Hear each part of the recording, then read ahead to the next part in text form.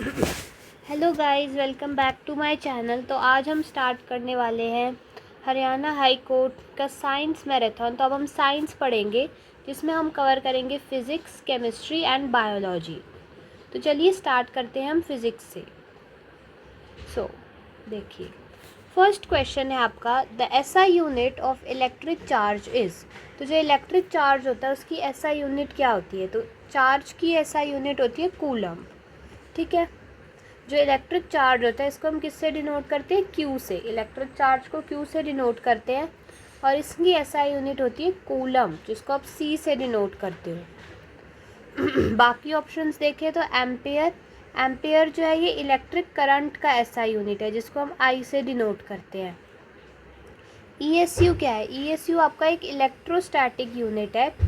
ये भी चार्ज का यूनिट है, पर ये चार्ज का एसआई यूनिट नहीं है, ये चार्ज का सीजीएस यूनिट है। ठीक है, जिसमें आप कह सकते हैं कि 1 coulomb charge is equal to 3 × 10⁹ ESU।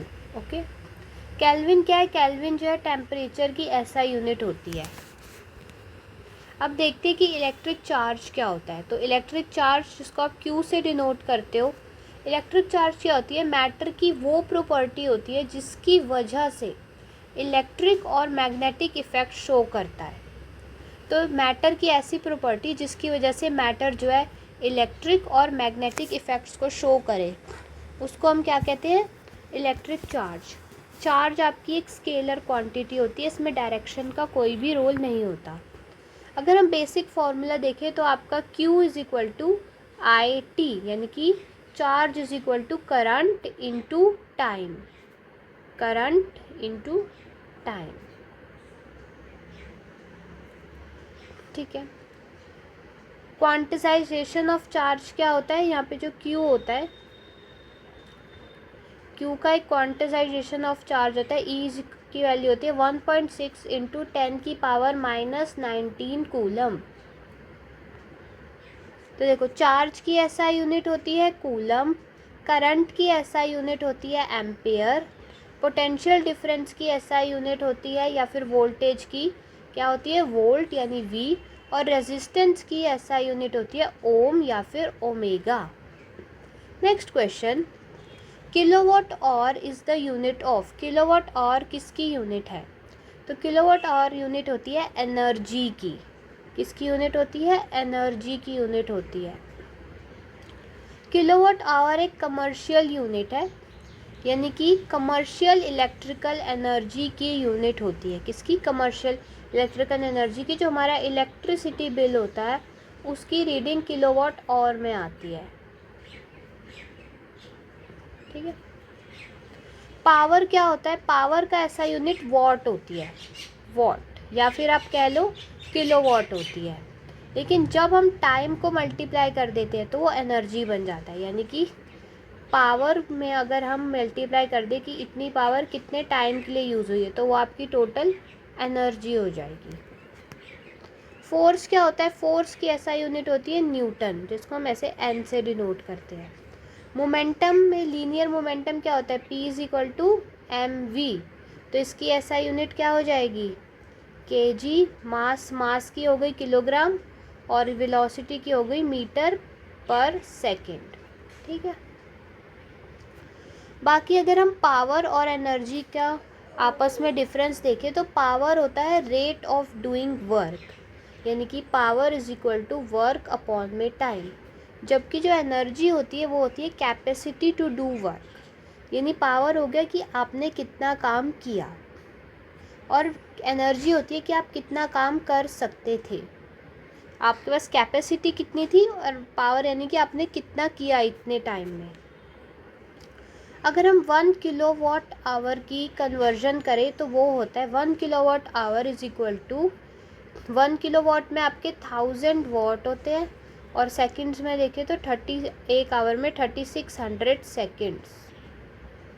ये हो जाएगा आपका 3.6 × 10 की पावर, सॉरी मल्टीप्लाई होगा ना किलोवाट आवर 3600 सेकंड, तो ये हो जाएगा 3.6 × 10 की पावर 6 जूल, या फिर आप कह सकते हो 3.6 मिलियन जूल। जो हमारे घरों में इलेक्ट्रिसिटी का बिल आता है वो 1 यूनिट में आता है। 1 यूनिट का मतलब होता है 1 किलोवाट आवर के हिसाब से वो कंप्यूट होता है, ठीक है। नेक्स्ट क्वेश्चन है noise is measured in. Noise किस में हम मेजर करते हैं? तो नॉइस आपकी मेजर होती है डेसिबल के अंदर। जो साउंड लेवल और नॉइस को हम किस में मेजर करते हैं? डेसिबल यानी डीबी के अंदर हम मेजर करते हैं। वॉट तो देखिए आपको पता है पावर की यूनिट है, बाकी ऑप्शंस डिस्कस कर रहे हैं ना। आरईएम क्या होता है? आरईएम होता है रॉइंगटन इक्विवेलेंट मैन, ये रेडिएशन डोज को मेजर करने के लिए होती है, इसको इतना इंपॉर्टेंट नहीं। सेंटीग्रेड क्या होता है? ये भी टेम्परेचर मेजर करने का एक स्केल है। तो हम पढ़ रहे थे डेसिबल। तो डेसिबल यानी साउंड के प्रेशर लेवल को अगर डेसिबल क्या करता है? वो साउंड के प्रेशर को लॉगरिथमिक स्केल पर मेजर करता है, यानी जो आपका लॉग्स वाला स्केल होता है उस पर आपका हम साउंड के प्रेशर लेवल को मेजर करते हैं। अब हम देखते हैं सेफ और हार्मफुल लिमिट। अगर आपकी रीडिंग 50 से 60 डेसिबल के बीच में है तो ये नॉर्मल कन्वर्सेशन की लिमिट होती है सेफ़। अगर आपकी लिमिट 85 से ऊपर चली जाती है तो ऐसी साउंड कंटिन्यूसली सुनने से हियरिंग डैमेज हो सकता है।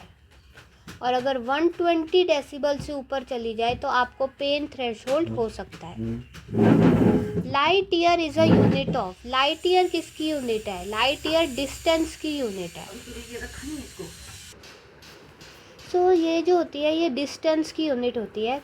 नाम में ईयर होने की बावजूद लाइट ईयर टाइम की नहीं है बल्कि एस्ट्रोनॉमिकल डिस्टेंस की यूनिट है, ठीक है।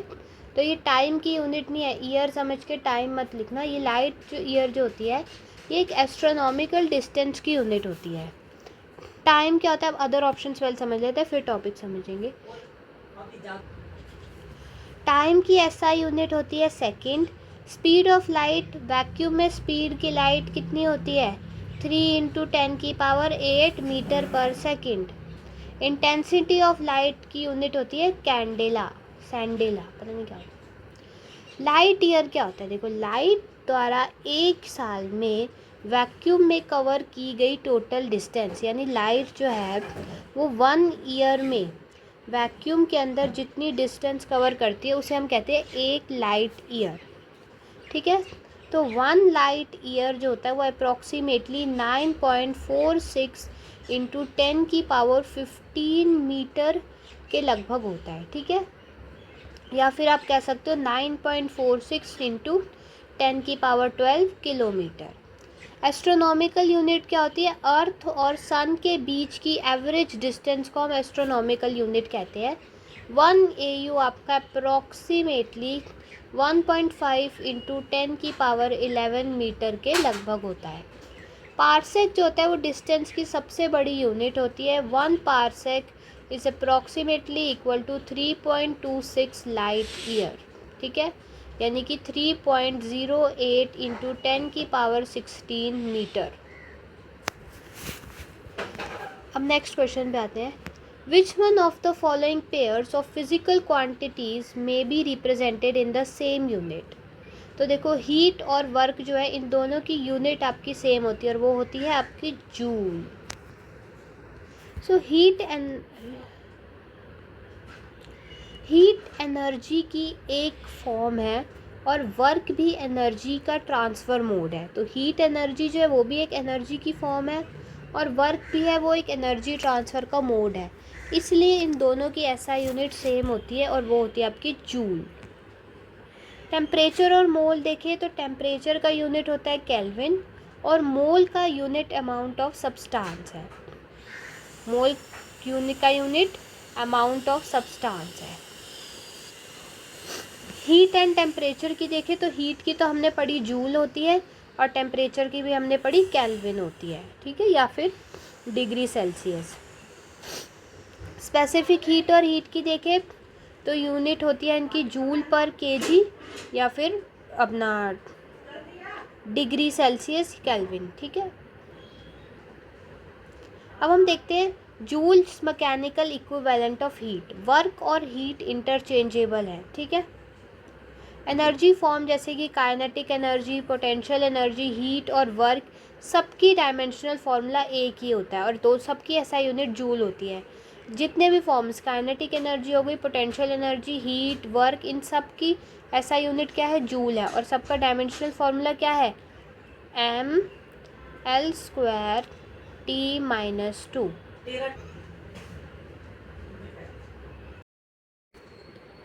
Okay, so next question is the value of 1 light year is. तो अभी पिछले क्वेश्चन में मैंने आपको बताया कि 1 लाइट ईयर की कितनी वैल्यू होती है, 1 light year is equal to 9.46 into 10⁻15 metre, या फिर 9.46 इंटू 12 किलोमीटर। ठीक है, देखिए लाइट ईयर आपकी डिस्टेंस की यूनिट होती है। डिस्टेंस क्या होता है, डिस्टेंस होता है आपका स्पीड अपॉन में टाइम। ठीक है, स्पीड अपॉन में टाइम। सो लाइट की स्पीड होती है आपकी 3 इंटू 10⁸ मीटर पर सेकेंड, और एक ईयर में होते हैं आपके 315360000 सेकेंड्स होते हैं। ठीक है, तो आपकी स्पीड इतनी हो गई, टाइम इतना हो गया, दोनों को डिवाइड किया तो 9.46 इंटू 10⁻15 आ गया। ठीक है, ये वही कैलकुलेशन है इसको। Which among the following is a fundamental quantity. इनमें से फंडामेंटल क्वांटिटी कौन सी है, तो फंडामेंटल क्वांटिटी है आपकी टाइम। अब समझते हैं कि फंडामेंटल और डिराइव्ड क्वांटिटीज़ होती क्या है। ठीक है, तो इसमें आंसर हो गया आपके। तो देखिए आपके पास 7 बेस या फिर फंडामेंटल फिजिकल क्वांटिटीज़ होती है। हमारे पास टोटल कितनी फंडामेंटल क्वांटिटीज़ है, 7। ठीक है, बाकी ऑप्शंस देखें तो वॉल्यूम एक डिराइव्ड क्वांटिटी है, मीटर क्यूब। वेलोसिटी भी एक डिराइव्ड क्वांटिटी है, मीटर पर सेकंड। फोर्स भी एक डिराइव्ड क्वांटिटी है, KG metre per second square. इसका ऐसा यूनिट हो गया न्यूटन। तो देखो अब हम समझते हैं फंडामेंटल और डिराइव्ड क्वांटिटीज़।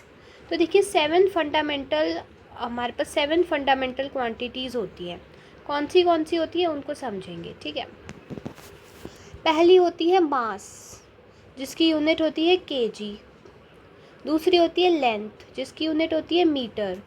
फिर होती है time, seconds. Electric current, ampere. Temperature, kelvin. Amount of substance, mole. Luminous intensity, candela या सीडी। ठीक है, तो 7 फंडामेंटल क्वांटिटीज़ होती हैं, एसआई क्वांटिटीज़ होती है। कौन सी, mass, length, time, electric current, temperature, amount of substance, luminous intensity. और डिराइव्ड क्वांटिटीज़ क्या होती है, डिराइव्ड क्वांटिटीज़ वो होती हैं जो इन 7 फंडामेंटल क्वांटिटीज़ के कॉम्बिनेशन से बनती है। जैसे कि स्पीड हो गया मीटर पर सेकेंड, तो मीटर एंड यानी कि लेंथ और टाइम के कॉम्बिनेशन से बनी। फोर्स हो गया KG metre per second square. मास और अपना ये क्या हो गया, लेंथ और टाइम के कॉम्बिनेशन से। तो इस तरह की क्वांटिटीज़ होती हैं आपकी डिराइव्ड क्वांटिटीज़। ठीक है, next question, which of the following statement is correct. तो इनमें से कौन सी स्टेटमेंट जो है करेक्ट है। दो स्टेटमेंट्स आपको दी हुई हैं। Scalar quantity have both magnitude and direction, बिल्कुल गलत। स्केलर क्वांटिटी के पास सिर्फ और सिर्फ मैग्नीट्यूड होता है, डायरेक्शन नहीं होती। डायरेक्शन होती है आपकी वेक्टर क्वांटिटीज़ के पास। पेन खराब हो चुका है मेरा, वेक्टर क्वांटिटीज़ के पास। ठीक है, power and electric current are the examples of scalar quantities, बिल्कुल सही है, क्योंकि पावर और इलेक्ट्रिक करंट में हमें डायरेक्शन का कोई मतलब नहीं है, वी जस्ट वांट क्वांटिटी। तो only statement 2 is correct. So statement 1 आपकी इनकरेक्ट है, क्योंकि स्केलर क्वांटिटीज़ के पास सिर्फ मैग्नीट्यूड होता है, डायरेक्शन नहीं होती। और स्टेटमेंट 2 करेक्ट है, क्योंकि पावर और इलेक्ट्रिक करंट दोनों स्केलर क्वांटिटीज़ हैं। ठीक है, अब समझते हैं स्केलर और वेक्टर क्वांटिटीज़ क्या होते हैं। थोड़ा सा ना पेन पहले से ही चला हुआ है, अब कर देती हूँ उनको। देखो स्केलर क्वांटिटी क्या होती है। स्केलर क्वांटिटी ऐसी क्वांटिटी होती है जिसमें सिर्फ मैग्नीट्यूड हो, डायरेक्शन ना हो। तो उसमें डायरेक्शन का कोई काम नहीं होता, जैसे कि mass, distance, speed, energy, power, pressure, electric current. Vector quantity क्या होती है। वेक्टर क्वांटिटी वो होती है जिसमें मैग्नीट्यूड भी हो और डायरेक्शन दोनों हो, और वो वेक्टर एडिशन लॉज को फॉलो भी करे, यानी magnitude, direction plus following the vector additional laws, जैसे कि हो गया displacement, velocity, acceleration, force and momentum. अब ध्यान देने वाली बात ये है कि इलेक्ट्रिक करंट के पास डायरेक्शन तो होती है, फिर भी वो स्केलर क्वांटिटी। ऐसा क्यों? क्योंकि भाई हम बताते हैं ना कि इस डायरेक्शन में करंट फ्लो हो रहा है या इस डायरेक्शन में करंट फ्लो हो रहा है, क्योंकि वो जो आपके वेक्टर एडिशन रूल जो कि ट्रायंगल लॉ होता है उसको फॉलो नहीं करती, इसलिए इलेक्ट्रिक करंट आपकी स्केलर है, scalar. Which of the following quantities is not a vector, यानी कि नॉट अ वेक्टर यानी कि स्केलर है, यानी कि सिर्फ क्वांटिटी है, डायरेक्शन नहीं है। तो वो हो गया आपका वॉल्यूम। अब किसी की वॉल्यूम में डायरेक्शन के तो कोई काम नहीं होता नापने में, वॉल्यूम नापने में ना, है ना। तो देखिए वॉल्यूम के पास कोई डायरेक्शन नहीं होती, ये एक प्योर स्केलर क्वांटिटी है। बाकी देखिए डिस्प्लेसमेंट, ये शॉर्टेस्ट डिस्टेंस होती है विद डायरेक्शन, तो ये वेक्टर क्वांटिटी हुई। वेलोसिटी होती है आपकी स्पीड विद डायरेक्शन, तो ये भी वेक्टर क्वांटिटी हुई। और फोर्स देखिए तो पुश और पुल आपका डायरेक्शन के साथ होता है, तो ये भी आपका वेक्टर क्वांटिटी हुआ। चलिए अब कैसे आइडेंटिफाई करेंगे फिज़िकल क्वांटिटीज़ को, तो देखिए एग्ज़ाम ट्रिक्स में अक्सर लोग प्रेशर, करंट और वॉल्यूम में कंफ्यूज होते हैं। ये तीनों स्केलर हैं, ठीक है। प्रेशर आप सोचेंगे कि भाई प्रेशर की डायरेक्शन होगी ना कि हम इस डायरेक्शन में प्रेशर लगा रहे हैं, करंट की डायरेक्शन होगी ना इस डायरेक्शन में करंट लगा रहे हैं, वॉल्यूम होगी ना कि इस डायरेक्शन में वॉल्यूम नाप रहे, नहीं। ये तीनों आपको कंफ्यूज नहीं होने हैं, ये तीनों आपकी स्केलर क्वांटिटीज़ हैं। और आपका acceleration, impulse, weight, gravitational field, electric field, ये सब वेक्टर है, ठीक है। आपको ये मत सोचना वेट में क्या डायरेक्शन, मास में डायरेक्शन नहीं चाहिए होती, वेट में डायरेक्शन इंपॉर्टेंट है। तो acceleration, impulse, weight, gravitational field, electric field, ये सब वेक्टर है, ठीक है। Okay, next question, which of the following instruments measures viscosity of the liquid. अब लिक्विड की विस्कोसिटी कौन नापेगा? विस्कोमीटर। विस्कोसिटी नापने के लिए हमने क्या लिया? विस्कोमीटर, ठीक है। एक मिनट रुको ज़रा।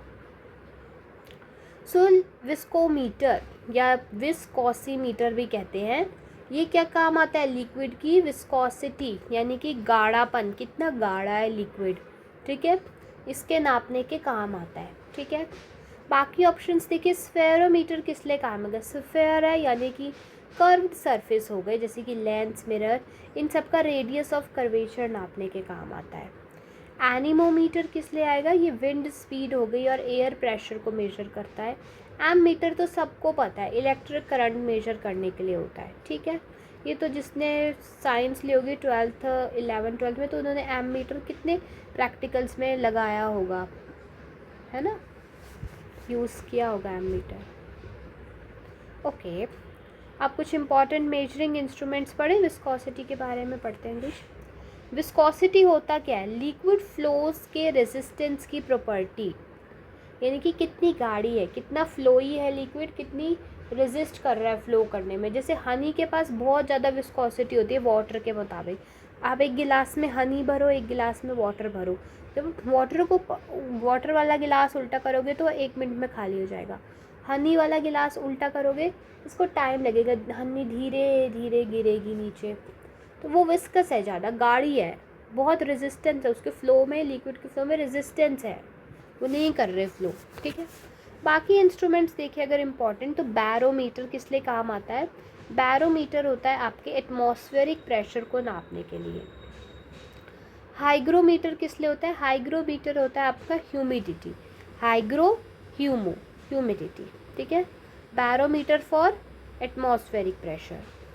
पायरोमीटर किस लिए होता है? पायरोमीटर होता है वेरी हाई टेम्परेचर या रेडिएशंस नापने के लिए, बहुत ज़्यादा टेम्परेचर होता है ना, रेडिएशंस आती है उसके लिए था। लैक्टोमीटर प्योरिटी ऑफ मिल्क, आपको पता है ना मिल्क में क्या होता है? लैक्टोज, तो इसलिए हमने नाम रख दिया कि मिल्क की प्योरिटी नापने के लिए कौन यूज़ होगा? लैक्टोमीटर। अब हमारे 10 क्वेश्चंस हो गए, अब हम कुछ एक्सपेक्टेड क्वेश्चंस करेंगे, ठीक है। ऐसा यूनिट ऑफ प्रेशर, प्रेशर का ऐसा यूनिट क्या होता है? प्रेशर का ऐसा यूनिट होता है पास्कल, इसका देखो न्यूटन मीटर स्क्वायर, न्यूटन पर मीटर स्क्वायर, ठीक है, यानी कि force per unit area metre square, यानी कि तो ऐसा यूनिट ऑफ प्रेशर हो गया पास्कल। पार्सेक क्या है? Parsec is the unit of which physical quantity. तो हमने पढ़ा था पार्सेक होता है सबसे डिस्टेंस नापने का सबसे लॉन्गेस्ट मेजरमेंट। किलोमीटर जैसे मीटर, किलोमीटर, उसके ऊपर भी आपका आता है पार्सेक, सबसे लॉन्गेस्ट, सबसे बड़ा। तो ये डिस्टेंस नापने के लिए होता है। Which device is use to measure the depth of the ocean. तो ओशन का डेप्थ होता है फैथोमीटर। कितना? फैथोमीटर, ठीक है।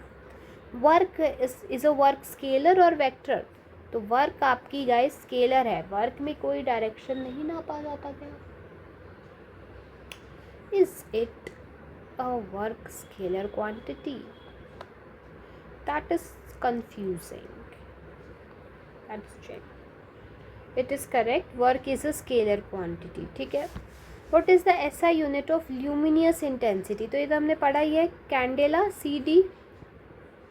1 nautical mile is equal to how many meters? 1 nautical mile में कितने मीटर्स होते हैं? 1852 नॉटिकल, ऐसे समझ लो। नॉटिकल यानी 9 का मल्टीप्लाई अपना 18 हो गया, फिर 52 नॉटिकल माइल 1852 मीटर। डिवाइस ऐसी जो मेजर करती है ह्यूमिडिटी को, हाइग्रोमीटर, ये अभी पढ़ा है, ऊपर वाले क्वेश्चन में था ये। Which unit is use to measure the rate of flow of water. तो रेट फ्लो ऑफ वाटर के लिए होगा cusec. SI unit of frequency is hertz. The device use to convert AC to DC is called rectifier. एक बार ये expected question फिर से पढ़ लेते हैं। SI unit of pressure pascal. Parsec is the unit of which physical quantity? Distance. Depth of ocean fathometer. Work is a scalar. Luminous intensity candela. 1 nautical mile 1852 metre. Relative humidity hygrometer. Rate of flow of water cusec. Frequency की SI unit hertz. AC to DC अपना rectifier, ठीक है। अब quick revision कर लेते हैं 1 to 10 की। Electric charge का ऐसा यूनिट कूलम। किलोवाट आवर का यूनिट एनर्जी। नॉइज़ किस में मेजर होती है? डेसिबल में। लाइट ईयर किसका यूनिट है? डिस्टेंस का। हीट और वर्क का यूनिट सेम कौन सा है? जूल। 1 लाइट ईयर की value 9.46 into 10⁻15। Basic fundamental quantity time. Scalar quantity only magnitude. Non vector volume. Liquid की विस्कोसिटी मेजर कौन करता है? Viscometer. Okay, so the next question is an object covers distance which is directly proportional to the square of the time its acceleration is. So जो distance है वो directly proportional है square of the time के, तो उसकी acceleration जो होगी वो होगी कांस्टेंट। तो देखिए मोशन की इक्वेशन क्या होती है? s is equal to u t plus half, तो पेन का बहुत चक्कर है, u t plus half AT square, ठीक है। तो अगर इसमें हम इनिशियल वेलोसिटी को ज़ीरो रख दें, इनिशियल वेलोसिटी अगर आपकी ज़ीरो हो जाए, ये ज़ीरो हो जाए, तो आपका s जो होगा वो डायरेक्टली प्रोपोर्शनल हो जाएगा AT स्क्वायर के,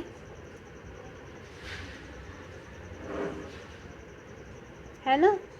तो जब डिस्टेंस टाइम के स्क्वायर के प्रोपोर्शनल हो तो एक्सेलरेशन कांस्टेंट होता है। डिस्टेंस जो है वो टाइम के स्क्वायर के प्रोपोर्शनल है ना, तो एक्सेलरेशन क्या हो गया? एक्सेलरेशन आपका कांस्टेंट हो गया। डन।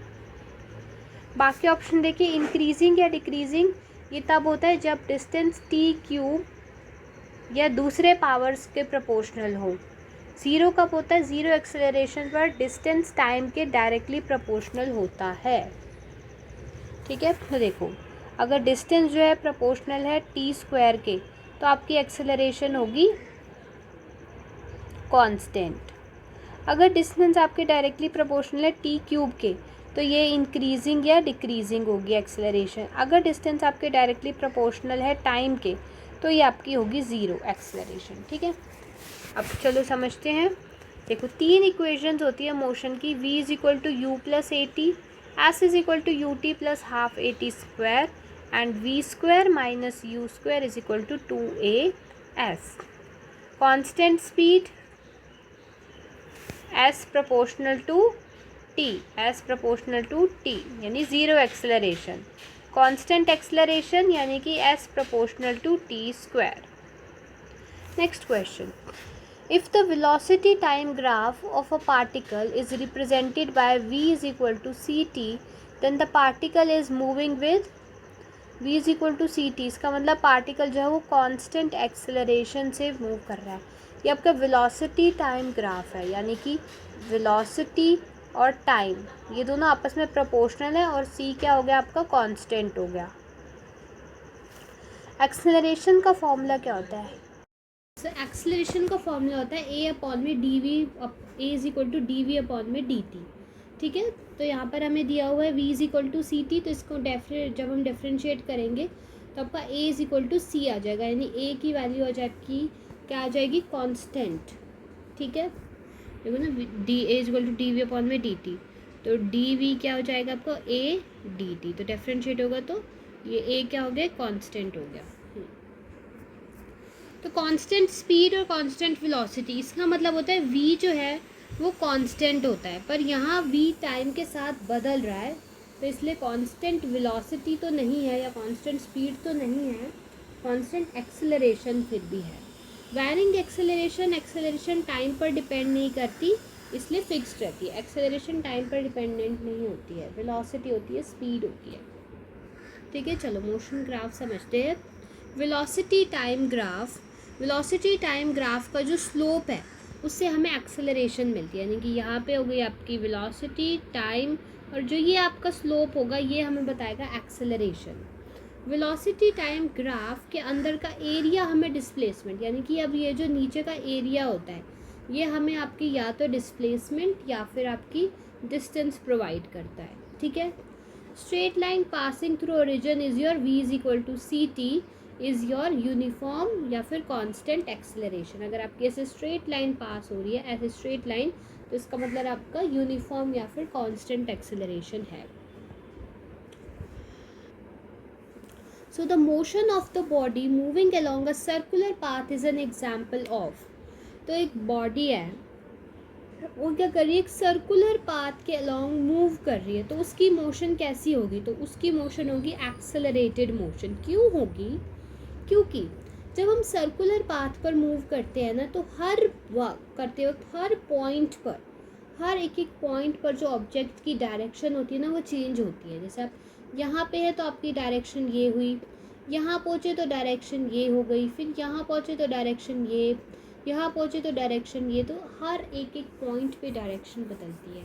सो डायरेक्शन बदलने से वेलोसिटी बदलती है। ठीक है ना, क्योंकि velocity is a vector quantity, speed आपकी स्केलर है बट वेलोसिटी वेक्टर है, तो इसलिए सर्कुलर मोशन हमेशा एक्सेलरेटेड मोशन होता है। ठीक है, और एक्सेलरेशन क्या हुआ, वेलोसिटी पर यूनिट टाइम, तो वेलोसिटी चेंज होगी तो एक्सेलरेशन भी चेंज होगी। डी एक्सेलरेटेड मोशन क्या होता है, स्पीड कम होने को कहते हैं। नॉन यूनिफॉर्म मोशन अगर स्पीड चेंज हो रही है, और यूनिफॉर्म मोशन यानी कि यूनिफॉर्म स्पीड में आप सर्कुलर मोशन हो सकता है, पर मोशन स्ट्रिक्टली एक्सेलरेटेड ही कहलाएगा। आप यूनिफॉर्म स्पीड पे सर्कुलर मोशन कर सकते हो, लेकिन आपकी जो एक्सेलरेशन है वो कांस्टेंट नहीं रहेगी, एक्सेलरेटेड मोशन ही रहेगा ये। ठीक है, सर्कुलर मोशन हम समझते हैं। सर्कुलर मोशन में आपका होता है सेंट्रीपिटल एक्सेलरेशन। जब आप सर्कुलर पाथ पर घूमने के लिए सेंटर की तरफ फोर्स लगाते हैं तो वो वाला एक्सेलरेशन होता है सेंट्रीपिटल एक्सेलरेशन। देखो जब आप तो एक अंदर की तरफ, सेंटर की तरफ जो फोर्स लगता है उसे कहते हैं सेंट्रीपिटल एक्सेलरेशन। तो अंदर की तरफ लगने वाला force A is equal to v square upon में R, है ना। The key point, uniform circular motion में स्पीड कांस्टेंट रहती है पर वेलोसिटी और एक्सेलरेशन कंटिन्यूसली चेंज होते हैं। क्यों, क्योंकि हर पॉइंट पे आपका डायरेक्शन बदल रहा होता है। A body describing 2D motion having a parabolic path is called, एक 2 डायमेंशनल का मोशन है, पैराबोलिक पाथ है, पैराबोलिक पाथ को हम कहते हैं प्रोजेक्टाइल मोशन। ठीक है, तो देखिए जब किसी ऑब्जेक्ट को हम हवा में उड़ा रहे किसी एंगल से, यानी आप ये ऑब्जेक्ट है इसको हवा में उड़ाया इस एंगल से फेंका जाता है, तो वो ग्रेविटी के अंदर एक पैराबोलिक पाथ पर ट्रैवल करता है। जब आप एक ऐसे फेंकेंगे तो वो ग्रेविटी होने से ऐसे नहीं चला जाएगा, वो ऑफ कोर्स वो ग्रेविटी उसको खींचेगी, तो वो ऐसे वाला पाथ फॉलो करेगा। तो इस 2D मोशन को हम प्रोजेक्टाइल मोशन कहते हैं। लीनियर मोशन हमारी 1D स्ट्रेट लाइन मोशन होती है, यानी कि ऐसे सिंपल। सर्कुलर मोशन हमारी सर्कुलर पाथ वाली मोशन होती है। अब समझते हैं प्रोजेक्टाइल मोशन के कुछ कंसेप्ट्स को।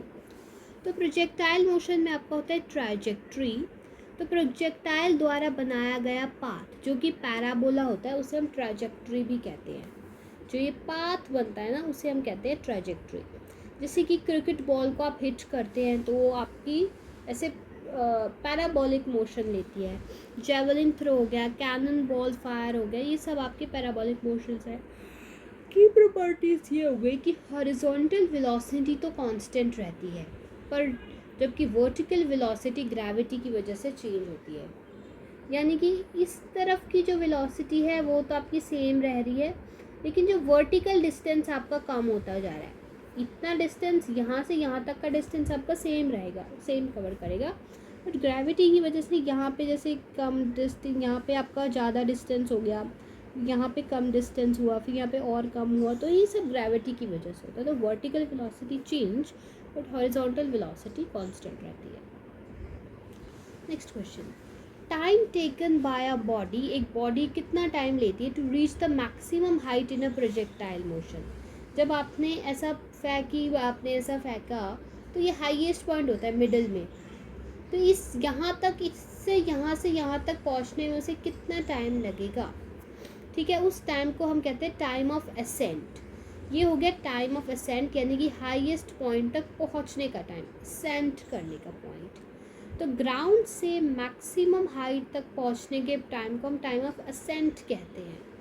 ठीक है, एंड टाइम ऑफ डिसेंट क्या हो गया, अब इस मैक्सिमम पॉइंट से वापस ग्राउंड तक नीचे आने में जितना टाइम लग रहा है तो वो हो गया टाइम ऑफ डिसेंट। ठीक है, मैक्सिमम हाइट से वापस नीचे आने का टाइम होता है time of descent. Time of flight क्या होता है, टोटल टाइम जितनी देर में ऑब्जेक्ट हवा में रहा, टोटल टाइम, यानी कि time of ascent plus time of descent is your time of flight. चलो आप कुछ प्रोजेक्टाइल मोशंस के देखिए। टाइम ऑफ असेंट के अगर हम फॉर्मूला देखें, आपको ये समझने में आ रहा होगा, मैं आपको बताती हूँ क्या लिखा है। ये लिखा है आपका u अपॉन में साइन थीटा एंड आपका g इज यूनिट। ओके, इधर टाइम ऑफ डिसेंट आपका लिखा है u अपॉन में साइन थीटा, अगेन सेम ही है of course, and total time का हो गया 2u अपॉन में साइन थीटा। ठीक है, ये लिखा है। Next question, the spokes used in the wheel of bicycle increase its. तो आपने देखा होगा कि जो बाइसिकल का व्हील होता है उसके ऊपर छोटे स्पोक्स होते हैं। भाई क्यों होते हैं, इससे इसका मोमेंट ऑफ इनर्शिया इंक्रीज हो जाता है। सो देखिए, स्पोक्स लगाने से व्हील जो होते हैं, व्हील का ज़्यादातर मास रिम के एजेस पर डिस्ट्रीब्यूट हो जाता है। ठीक है, तो इससे ज़्यादातर मास रिम के एजेस पे चला जाता है, जिससे मोमेंट ऑफ इनर्शिया बढ़ जाता है। ये व्हील को स्मूथ और स्टेडी रोटेशन देता है, इससे आपका व्हील आराम से रोटेट कर पाता है क्योंकि मोमेंट ऑफ इनर्शिया बढ़ जाता है। डायरेक्ट इनर्शिया बढ़ने की वजह से नेचुरली इंक्रीज नहीं होते बाकी ऑप्शन, वेलोसिटी, एक्सेलरेशन, मूवमेंट, ये सब आपका आंसर नहीं है। चलो अब मोमेंट ऑफ इनर्शिया क्या होता है समझते हैं, रोटेशनल इनर्शिया समझते हैं। तो जैसे लीनियर मोशन में मास इनर्शिया मेजर करता है, वैसे ही रोटेशनल मोशन में मोमेंट ऑफ इनर्शिया यानी कि I inertia is equal to M R square mass distribution को मेजर करता है। ठीक है, यानी मास इनटू रेडियस का स्क्वायर, अपना रोटेशनल मोशन है ना। तो जैसे कि फ्लाई व्हील्स हो गए और बाइसिकल व्हील्स हो गए, में आउटर बाउंड्री पर मास ज़्यादा रखा जाता है ताकि रोटेशनल स्टेबिलिटी बनी रहे, ठीक है। The angle in which the cricket ball should be hit to travel maximum horizontal distance. तो मैक्सिमम अगर आपने इतना हॉरिजॉन्टल डिस्टेंस कवर कराना है तो आपको अपनी क्रिकेट बॉल को 45 डिग्री पर अपना फेंकना होगा। क्या हो, देखो प्रोजेक्टाइल रेंज का फॉर्मूला क्या होता है, R is equal to u square upon में साइन 2 थीटा जी। तो यानी कि रेंज मैक्सिमम कब होगी, 2 थीटा जब आपका 1 होगा, राइट। जब 2 थीटा साइन 2 थीटा आपका 1 होगा, यानी कि लीस्ट नंबर जिससे हम यू स्क्वायर को डिवाइड करें तो इट इज़ 1। तो जब ये आपका 1 होगा तो आपका जो रेंज होगी वो मैक्सिमम होगी, राइट। क्योंकि जितना बड़ा डिनोमिनेटर होगा उतना वैल्यू कम हो जाएगा, तो जितना छोटा डिनोमिनेटर हम रख सकते हैं वो रखेंगे। तो 1 इज़ द स्मॉलेस्ट, क्योंकि 0 पे तो नॉट डिफाइंड हो जाएगा। तो अब हमें साइन 2 थीटा की वैल्यू हमें चाहिए 1, ठीक है। तो यानी कि 2 साइन 90 डिग्री का वैल्यू 1 होता है ना, यानी 2 थीटा की वैल्यू होगी 90 डिग्री। तो थीटा की वैल्यू कितनी हो गई, 45 डिग्री, ठीक है। मैक्सिमम हॉरिजॉन्टल रेंज के लिए लॉन्च एंगल होता है 45 डिग्री होना चाहिए। अगर मैक्सिमम हाइट तक पहुंचाना है तो आपको 90 डिग्री चाहिए। और सेम रेंज के लिए 2 कॉम्प्लीमेंट्री एंगल्स होते हैं, अपना थीटा और 90 डिग्री। थीटा 30 डिग्री और 60 डिग्री पर सेम रेंज मिलेगी, ठीक है।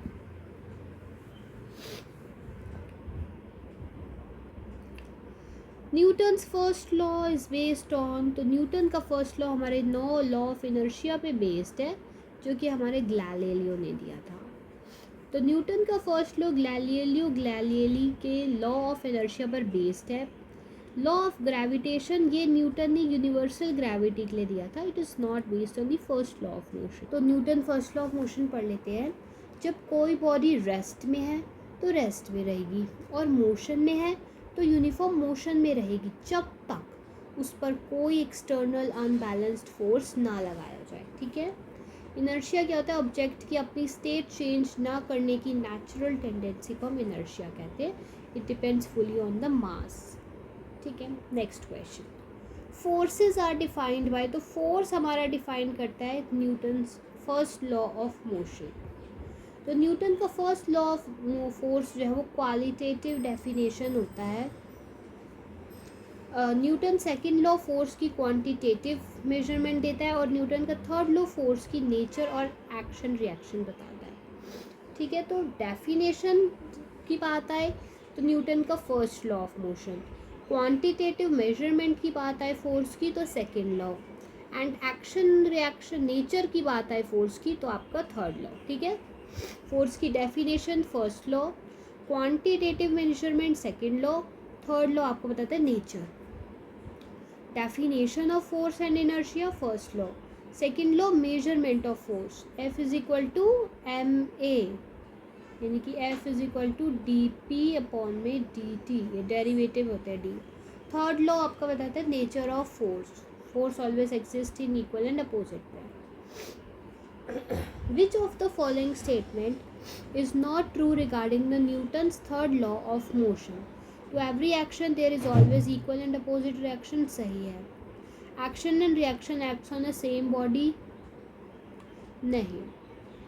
There is no cause effect relation between action reaction, सही है। Action reaction forces are simultaneous, action और रिएक्शन फोर्स हमेशा 2 अलग बॉडीज़ पर लगते हैं, सेम बॉडी पर नहीं, इसलिए स्टेटमेंट ट्रू नहीं है, ठीक है। बाकी equal in magnitude, opposite in direction, act on different objects, यानी कि आपने जब ज़मीन को पीछे पुश करते हो तो ज़मीन आपको आगे पुश करती है, ठीक है ना, क्योंकि अलग अलग ऑब्जेक्ट्स पर लगते हैं इसलिए एक दूसरे को कैंसिल आउट नहीं करते। तो ये हमारे हो गए 20 क्वेश्चंस। अब मैं आपको कुछ एक्सपेक्टेड क्वेश्चंस करा देती हूँ। ठीक है। What is the path followed by projectile is known as trajectory या फिर parabola. Which physical quantity remains constant in uniform circular motion. Uniform circular motion जब हो रही होती है तो आपकी स्पीड और काइनेटिक एनर्जी कांस्टेंट रहती है। ऐसा यूनिट ऑफ इम्पल्स, इम्पल्स का होता है न्यूटन सेकेंड। ठीक है, ये आपकी देखो, ये आपका क्या लिखा है आपको समझ नहीं आ रहा होगा, ये लिखा है आपका न्यूटन डॉट सेकेंड या फिर KG dot metre per second. ठीक है। Which law gives the definition of inertia, तो न्यूटन का first law. Rocket propulsion works on the principle of the conservation of linear momentum. Which angle projection for maximum height 90 degree. Force का formula force is equal to mass into acceleration, Newton second law. Why does passenger lean backward when a bus starts? Inertia of rest. Recoil of gun is based on Newton's third law of motion. Slope of distance time graph gives a physical quantity speed. अब हम quick revision करेंगे। S is proportional to t square means acceleration is constant. Slope of v is equal to ct, constant acceleration. Circular path motion, accelerated motion. 2D parabolic path, projectile motion. Time to reach maximum height, time of ascent. Bicycle spokes, moment of inertia. Maximum horizontal range 45 degree. First law is based on Galileo's law of inertia. Force definition, Newton's first law. Action reaction, different bodies. ठीक है, चलो। Which of the following forces applies when a cyclist bends its body towards the center on a turn?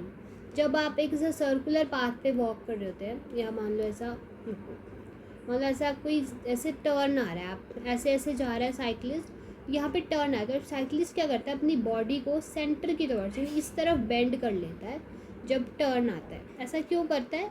Centripetal force की वजह से अपने आप हो जाता है।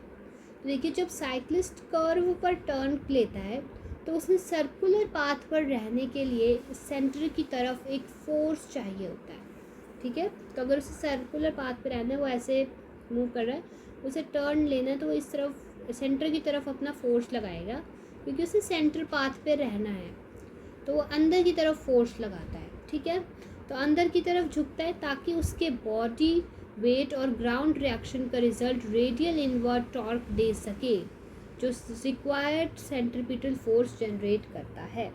वो इसलिए ऐसा करता है कि जैसे उस अपने बॉडी वेट को अंदर की तरफ लगाएगा तो उसका बॉडी वेट हो जाएगा, और जो ग्राउंड का रिएक्शन होगा उसके रिजल्ट से आपका रेडियल इनवर्ट टॉर्क आएगा, जिससे वो इसी चीज़ पे रह सकेगा। तो सेंट्रीफ्यूगल फोर्स क्या होता है? ये एक सूडो फोर्स होता है जो टर्निंग फ्रेम के अंदर मौजूद ऑब्जर्वर को बाहर की तरफ फील होता है। सेंट्रीफ्यूगल आपका बाहर की तरफ, जब आप सर्कुलर उस पर जाए तो बाहर वाला फोर्स हो गया सेंट्रीफ्यूगल, अंदर वाला हो गया सेंट्रीपिटल। सेंट्रीपिटल आपका रियल फोर्स होता है जो एक्चुअल टर्निंग के लिए ज़रूरी है। ठीक है, चलो अब सेंट्रीपिटल फोर्स के बारे में समझते क्या होता है। देखो, किसी भी बॉडी को अगर आप सर्कुलर पाथ पर घूमने के लिए सेंटर की तरफ लगाने वाले फोर्स को सेंट्रीपिटल फोर्स कहते हैं, यानी कि सेंटर की में आप सर्कुलर पाथ पे घूमने के लिए जब सेंटर की तरफ फोर्स लगाते हैं वो सेंट्रीपिटल फोर्स होता है। इसका फॉर्मूला क्या होता है? Formula for force, centripetal force FC हम ऐसे लिखेंगे, mv²/r। ठीक है, जहाँ m आपका मास है, v आपकी वेलोसिटी है, r आपका क्या कहते हैं इसको, रेडियस है। नेचर ये कोई नया फोर्स नहीं होता, बल्कि एग्जिस्टिंग फोर्स जैसे कि फ्रिक्शन, टेंशन, ग्रेविटी ही सेंट्रीपिटल फोर्स की तरह एक्ट करते हैं। अब बेंडिंग ऑफ साइक्लिस्ट का देखिए तो मिनिमम एंगल ऑफ इंक्लिनेशन हो जाएगा आपका tan थीटा = v²/r। ये इतना आपका आएगा नहीं डीप में, हम का पढ़ रहे हैं। सेम स्पीड के लिए एंगल इंक्रीज करना पड़ता है। बैंकिंग ऑफ रोड से को हाईवेज और रेस ट्रैक्स पर आउटर एज को इनर एज से थोड़ा उठा दिया जाता है ताकि बिना फ्रिक्शन पर ज़्यादा डिपेंड हुए व्हीकल सेफ स्पीड पर टर्न ले सके। ठीक है।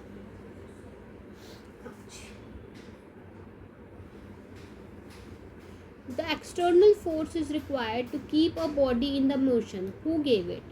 तो एरिस्टोटल ने ये बात बोली थी कि अगर आप चाहते हो कि बॉडी मोशन में रहे तो आपको एक्सटर्नल फोर्स लगाना ही पड़ेगा। ये नहीं कि आपने धक्का मारा तो बॉल चलती जाएगी, वो रुकेगी। क्यों रुकेगी? ग्रेविटेशन की वजह से। तो ये थॉट आपके एरिस्टोटल ने यानी एरिस्टोटेलियन फैलेसी का था।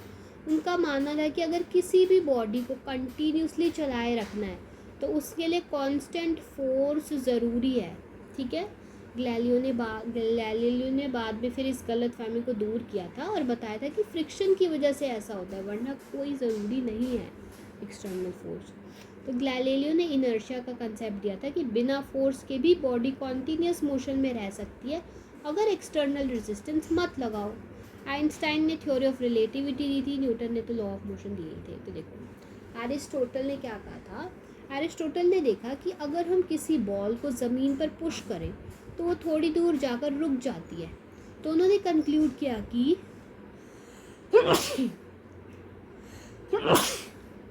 मोशन के लिए फोर्स हमेशा ज़रूरी है। तो एरिस्टोटल ने अपोजिंग फोर्स इन सबको इग्नोर कर दिया। देखो अगर फ्रिक्शन, ग्रेविटी, एयर रेजिस्टेंस ना हो तो आपकी बॉल चलती रहेगी, नहीं रुकेगी। तो इसलिए ये बात गलत होगी कि मोशन फोर्स ज़रूरी है मोशन के लिए। नहीं, ये सब हटाओ फिर वो चलती रहेगी बॉल। तो गैलीलियो ने प्रूव किया कि अगर फ्रिक्शन बिल्कुल ज़ीरो कर दो, एक बार पुश करने के बाद ऑब्जेक्ट इनफाइनाइटली कांस्टेंट स्पीड पे चलता रहेगा। इसे लॉ ऑफ इनर्शिया का जन्म हुआ। फिर न्यूटन ने गैलीलियो के ऑब्जर्वेशन को अपना फर्स्ट लॉ ऑफ मोशन बनाया। फोर्स मोशन क्रिएट या कंटिन्यू करने के लिए बल्कि वेलोसिटी चेंज करने के लिए ज़रूरी होता है। ठीक है। A physical quantity which changes the magnitude of the velocity of any object is called. So velocity के magnitude को कोई बदल सकता है तो वो है force। यानी कि आपकी velocity speed है तो अगर आप force लगा दोगे पीछे से तो speed change हो जाएगी, यानी velocity बदल जाएगी। तो velocity का magnitude यानी कि speed को बदलने या घटाने के लिए force required होता है। Force is equal to mass into acceleration। Motion ये state of change of position है, फिजिकल एजेंट नहीं है। और सी और डी में क्या है आपका? Push and pull. ये फोर्स के बेसिक एक्शन या टाइप्स है। फिजिकल क्वांटिटी का मेन एग्जैक्ट नेम फोर्स है। ये तो इसके टाइप्स है, तो फोर्स आप लिखेंगे ना। तो फोर्स आपका एक वेक्टर क्वांटिटी होता है, यानी कि मैग्नीट्यूड प्लस डायरेक्शन दोनों होती है। इसका ऐसा यूनिट होता है न्यूटन, या फिर आप कह सकते हैं KG, metre per second square. CGS unit होता है dyne. 1 newton is equal to 10 की पावर 5 डाइन्स। ठीक है। फोर्स क्या क्या कर सकता है? फोर्स किसी चीज़ की स्पीड चेंज कर सकता है, डायरेक्शन का ऑफ मोशन बदल सकता है और ऑब्जेक्ट की शेप और साइज़ भी डिफॉर्म कर सकता है। ठीक है। लीनियर मोमेंटम क्या होता है? Momentum is equal to mass into velocity, M P is equal to M V. और फोर्स होता है आपका मास इंटू एक्सेलरेशन। ठीक है। न्यूटन का second law, force is equal to rate of change of momentum is directly proportional to applied force. ठीक है। यानी कि फोर्स क्या हो गया आपका? Rate of change of momentum D P upon में D T is directly proportional to the applied force. यही फोर्स हो गया ना, applied force. Okay. Fat can be separated from a milk in a cream separator because of. तो cream separator होता है ऐसे, जिसमें आपका ऐसे इस तरह से और नीचे आपके ब्लेड लगे होते हैं और वैसे गोल गोल घूमते हैं। तो उसमें क्या होता है? मिल्क आपका सेपरेट हो जाता है, उसमें से फैट अलग हो जाता है, नहीं मक्खन निकल आता है। तो हाउ इट इज़ पॉसिबल? तो ऐसा होता है आपकी सेंट्रीफ्यूगल फोर्स की वजह से, क्योंकि रोटेशनल में देखो जब मिल्क चर्निंग यानी मिल्क को जब हम गोल गोल घुमा रहे होते हैं उसके वक्त रोटेशन की वजह से क्या होता है, जो लाइट क्रीम पार्टिकल्स और हैवियर लिक्विड पर सेंट्रीफ्यूगल फोर्स लगता है, ठीक है। मास डिफरेंस की वजह से fat and cream particle centre के पास एक्यूमुलेट हो जाते हैं और मिल्क आउटर वॉल पर चला जाता है ना। जो फैट और क्रीम होते हैं वो सेंटर वॉल पे आ जाते हैं, सेंटर के पास, और बाकी मिल्क जो होता है वो आउटर वॉल्स पे लग जाता है। तो ये किस वजह से होता है, ये आपके सेंट्रीफ्यूगल फोर्स की वजह से होता है। जब गोल गोल घूमते हो तो ऐसे बाहर की तरफ फोर्स लगता है ना, तो ये मिल्क यहाँ चिपक जाता है और बीच में ये वो रह जाता है आपका हैवी फैट। कोहेसिव फोर्स क्या होता है, अट्रैक्शन फोर्स होता है between two same type of molecules. Gravitational force तो अर्थ का अट्रैक्शन फोर्स है। Centripetal force centre seeking force है, ये तो डायरेक्शन वगैरह चेंज करने के लिए होता है। अब हम सेंट्रीपिटल और सेंट्रीफ्यूगल फोर्स के वर्सेस देखते हैं और इनके एप्लीकेशंस देखते हैं। सबसे पहले आते हैं सेंट्रीफ्यूगल फोर्स पे। तो सेंट्रीफ्यूगल फोर्स आपका एक सूडो फोर्स है, यानी कि मिथ्या फिक्शियस फोर्स है, असली नहीं है, जो सिर्फ रोटेटिंग या नॉन इनर्शियल रेफरेंस फ्रेम में परसीव होता है। आप समझ लो सिर्फ जब आप रोटेट करोगे तभी आपका लगता है ना। इसकी डायरेक्शन क्या होती है, रेडियल आउटवर्ड, यानी सेंटर से बाहर की तरफ। मैग्नीट्यूड होता है आपका F = mv²/r। Real life applications देखिए सेंट्रीफ्यूगल की, तो एक तो क्रीम सेपरेटर, यानी आप मिक्सचर को अगर हाई स्पीड पर घुमाओगे घुमाकर डेंसिटीज़ के आधार पर सेपरेट करना है ना। मिल्क में से क्रीम अलग, मिल्क अलग। वॉशिंग मशीन ड्रायर, जब आप कपड़े स्पिन होने पर पानी के ड्रॉपलेट्स को आउटर बाउंड्री के होल से बाहर निकाल देता है और कपड़े बीच में रह जाते हैं। कपड़े भारी होते तो बीच में रह गए और पानी जो है वो उधर छेद होते हैं ड्रायर में बाहर आउटर बाउंड्री पे, तो उसमें से बाहर निकल जाता है। मड फ्लाइंग फ्रॉम व्हील्स, तो बाईसाइकिल टायर से कीचड़ टेंजेंट डायरेक्शन में बाहर फेंक जाता है ना। तो चलते तो ऐसे कीचड़ फैलता है ना, इसलिए। The earth moving around the sun in a circular orbit is acted upon by a force and hence work done on the earth by the force is. तो जब अर्थ होती है वो सन के चारों ओर एक सर्कुलर ऑर्बिट में मूव करती है, तो उस पर एक फोर्स लगता है। तो वर्क डन क्या होता है अर्थ जब किसी पे फोर्स लग रहा है तो कुछ वर्क होगा, तो वो पूछ रहे कि क्या वर्क डन होता है। तो वर्क डन तो हम कह रहे हैं कि ज़ीरो होता है। ऐसा क्यों होता है, वो इसलिए कि ग्रेविटेशनल फोर्स अर्थ पर सन के सेंटर की तरफ लगता है। अर्थ पर जो ग्रेविटेशनल फोर्स होता है वो सन के सेंटर की तरफ लगता है, जबकि अर्थ की डिस्प्लेसमेंट ऑर्बिट के टेंजेंट डायरेक्शन में होती है। ठीक है, देखो ये आपका है ऑर्बिट, बीच में आपका सन है, ठीक है। यहाँ पे आपकी अर्थ घूम रही है, तो अर्थ से क्या हो रहा है, ग्रेविटेशनल फोर्स है। तो ये ग्रेविटेशनल फोर्स यहाँ सेंटर की तरफ लग रहा है, किस तरफ, इस तरफ लग रहा है।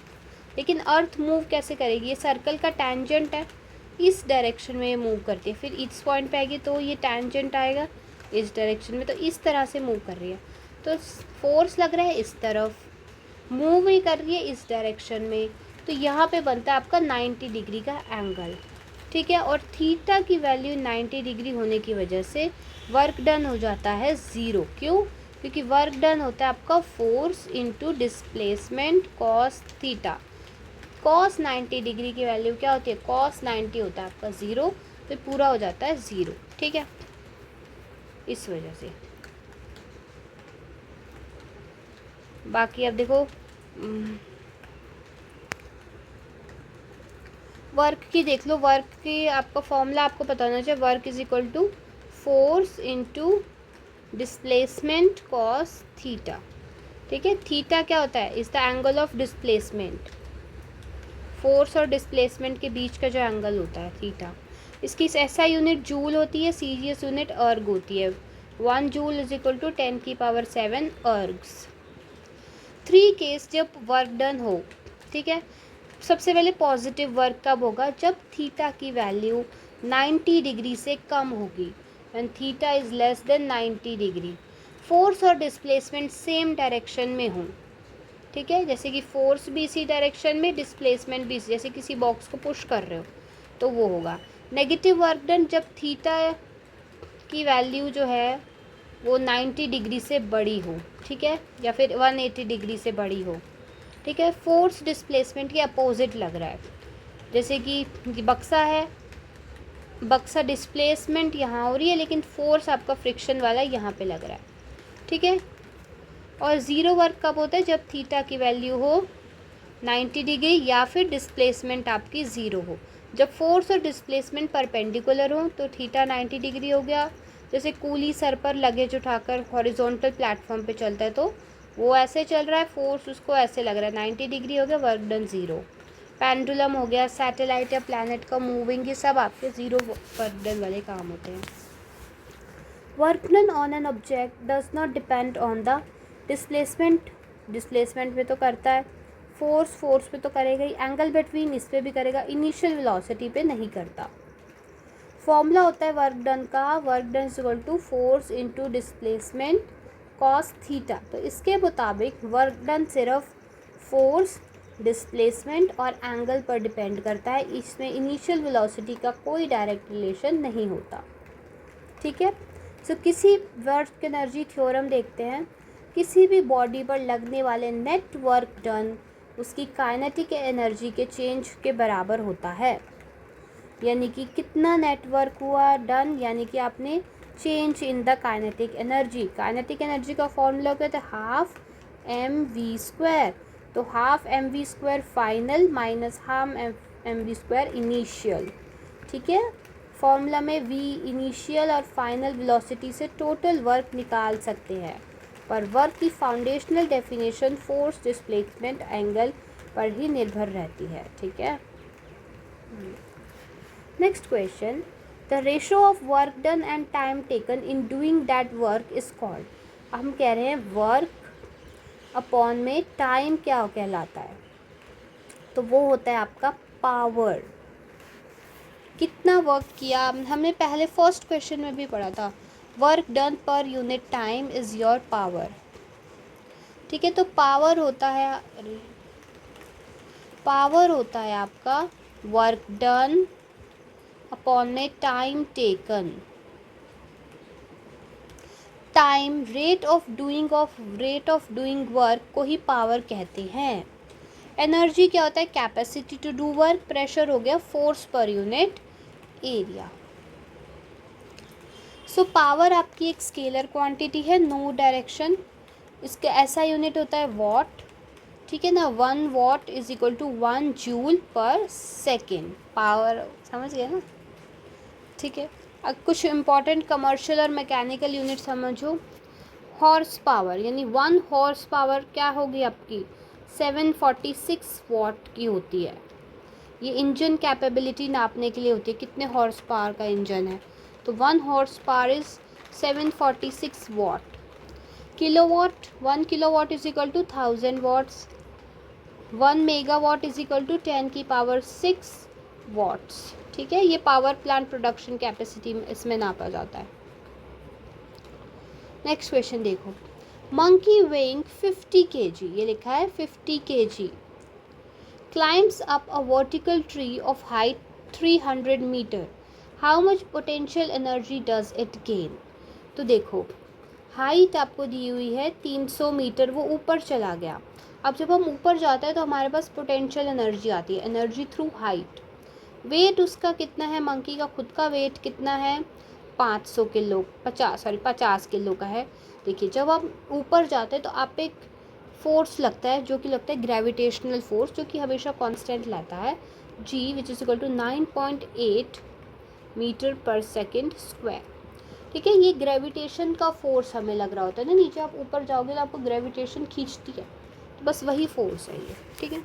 तो देखो आपको मास दिए हुए 50 kg, हाइट दी हुई है 300 metre, acceleration due to gravity, आपकी एक्सेलरेशन हो, जब आप जैसे मान लो बॉल ऊपर से फेंकोगे नीचे तो एक तो वो खुद से नीचे आ रही है, बट ग्रेविटेशन भी तो उसको खींच रही है ना, तो इससे उसकी एक्सेलरेशन बढ़ेगी, तो इसलिए उसको हमने इस स्पीड को हम ऐड कर देते हैं 9.8 मीटर पर सेकेंड स्क्वायर इस एक्सेलरेशन को। तो पोटेंशियल एनर्जी का फॉर्मूला क्या होता है? Mass into gravity, acceleration due to gravity into height, mgh, ये तो पता ही होगा आपको mgh। तो जस्ट सिंपली मल्टीप्लाई कर दो इन सबको, दैट इज 50 इंटू 9.8 इंटू 300, तो ये आपका हो जाएगा 147,000 जूल्स। तो आप इसमें कह सकते हैं 1.47 इंटू 10 की पावर, ये 3 0 प्लस हमने यहाँ पे पॉइंट लगाया तो ये 2 10 की पावर 5 जूल्स। ठीक है, तो आपका ऑप्शन ए बिल्कुल करेक्ट है, 1.47 इंटू 10 की पावर 5 जूल्स। चलो अब कुछ समझते हैं पोटेंशियल एनर्जी की। तो देखिए, किसी बॉडी में उसकी पोजीशन या हाइट की वजह से जो स्टोर हुई एनर्जी होती है उसको हम कहते हैं ग्रेविटेशनल पोटेंशियल एनर्जी। फॉर्मूला होता है इसका potential energy is equal to mgh। ठीक है, जैसे स्ट्रेच्ड स्प्रिंग हो गया, स्प्रिंग होता है ना, उसको ऐसे स्ट्रेच कर दो, या बोर्ड एरो हम वो प्रत्यंचा खींचते हैं ना, या कंप्रेस्ड रबर बैंड में डिफॉर्मेशन की वजह से स्टोर हुई एनर्जी। स्प्रिंग पोटेंशियल एनर्जी का फॉर्मूला क्या होता है, इसको छोड़ा, अब इतना भी नहीं पढ़ना आपने। A stone is dropped from the roof of a house towards the ground, the kinetic energy of the stone will be maximum. कहाँ होगी? जैसे आपने एक छत पे खड़े हो आप, वहाँ से आपने एक पत्थर फेंका, अब वो पत्थर नीचे आ रहा है, आ रहा है, आ रहा है, आ रहा है, आ रहा है, आ रहा है, इधर पहुँचा, इधर पहुँचा, इधर पहुँचा, इधर पहुँचा। किस जगह पे उसकी जो काइनेटिक एनर्जी होगी, क्योंकि वो मूवमेंट कर रहा है ना, तो मूवमेंट की वजह से होने वाली एनर्जी होती है काइनेटिक एनर्जी, वो मैक्सिमम किस जगह पे होगी? ठीक है, तो देखो, ग्राउंड को टच करने, यानी कि just before it touches the ground, ground को टच करने से ठीक पहले स्टोन की वेलोसिटी जो होती है वो मैक्सिमम होती है। ठीक है, सो इसलिए काइनेटिक एनर्जी यानी कि हाफ mv², जब वेलोसिटी मैक्सिमम है वो भी मैक्सिमम होगी। टच करने के तुरंत बाद एनर्जी जो होती है काइनेटिक एनर्जी, वो हीट और साउंड में कन्वर्ट होके स्पीड 0 हो जाती है। So law of conservation of mechanical energy, mechanical energy आपकी kinetic energy plus potential energy होती है। तो जब आप फ्री फॉल करते हैं तो टॉप पॉइंट पे क्या होता है, आपकी वेलोसिटी 0 होती है, तो इसका मतलब काइनेटिक एनर्जी भी 0 हुई। तो जब मैक्सिमम हाइट होगी तो आपकी पोटेंशियल एनर्जी मैक्सिमम होगी, क्योंकि हाइट इज़ मैक्सिमम। फिर मिड पॉइंट जब आप हाफ वे पहुंच जाते हैं तो जो पोटेंशियल एनर्जी होती है वो हो जाती है आपकी हाफ mgh, क्योंकि हाइट हो गई हाफ, तो पोटेंशियल एनर्जी भी हाफ हो गई और काइनेटिक एनर्जी भी हाफ हो जाती है, तो यानी दोनों इक्वल रहते हैं। बॉटम पे आपके जस्ट बिफोर आपके गिरने से पहले ग्राउंड पे आपकी पोटेंशियल एनर्जी जो होती है वो 0 हो जाती है, बिकॉज हाइट लगभग 0 हो गई, लेकिन काइनेटिक एनर्जी मैक्सिमम हो जाती है। ठीक है, which energy stored in a watch spring, तो हमें पता है स्प्रिंग में होती है आपकी पोटेंशियल एनर्जी, इसको खींचो तो वापस आ जाता है। तो मैकेनिकल वॉच के स्प्रिंग को विंडिंग करने पर उसकी शेप चेंज हो जाती है, शेप बदलने पर इलास्टिक पोटेंशियल एनर्जी के फॉर्म में स्टोर होती है। ठीक है, wound watch spring elastic potential energy, stretched bow and arrow potential energy to kinetic energy, यानी कि खींचा शेप चेंज करी तो पोटेंशियल एनर्जी, फिर उसके बाद बो एरो आपका आगे जाता है तो काइनेटिक एनर्जी। डैम्ड वाटर, जैसे रिहांद और भाखड़ा डैम हो गए, potential energy of stored water to kinetic energy to electrical energy, इस तरह से आपकी ट्रांसफ़र होती है। बैटरी या सेल में देखिए केमिकल एनर्जी आपकी बदलती है इलेक्ट्रिकल एनर्जी में, इलेक्ट्रिक मोटर में इलेक्ट्रिकल एनर्जी होती है मैकेनिकल एनर्जी में बदलती है, जनरेटर या डायनामो में मैकेनिकल एनर्जी आपकी इलेक्ट्रिकल एनर्जी में बदलती है। तो 30 क्वेश्चन हो गए क्या? हो गए। अब कुछ एक्सपेक्टेड क्वेश्चंस करेंगे। चलिए, what is the value of work done by a person holding a heavy trunk on his head while still standing? जब डिस्प्लेसमेंट ही नहीं हो रहा तो कितना भी फोर्स लगाओ, work done is going to be zero, क्योंकि वो स्टिल खड़ा है. What is the relation between 1 horsepower and watt? तो आपको पता होना चाहिए that 1 horsepower is equal to 746 watt. Green separation works on which inertia? Centrifugal force. If the velocity of the object is doubled, its kinetic energy will become 4 times. क्योंकि ये v square के proportional होती है ना, इसलिए. A stretched rubber band possesses which type of energy? Elastic potential energy. That is the angle between force and displacement for negative work. Negative work के लिए आपको 90 डिग्री से ऊपर यानी कि 180 डिग्री चाहिए.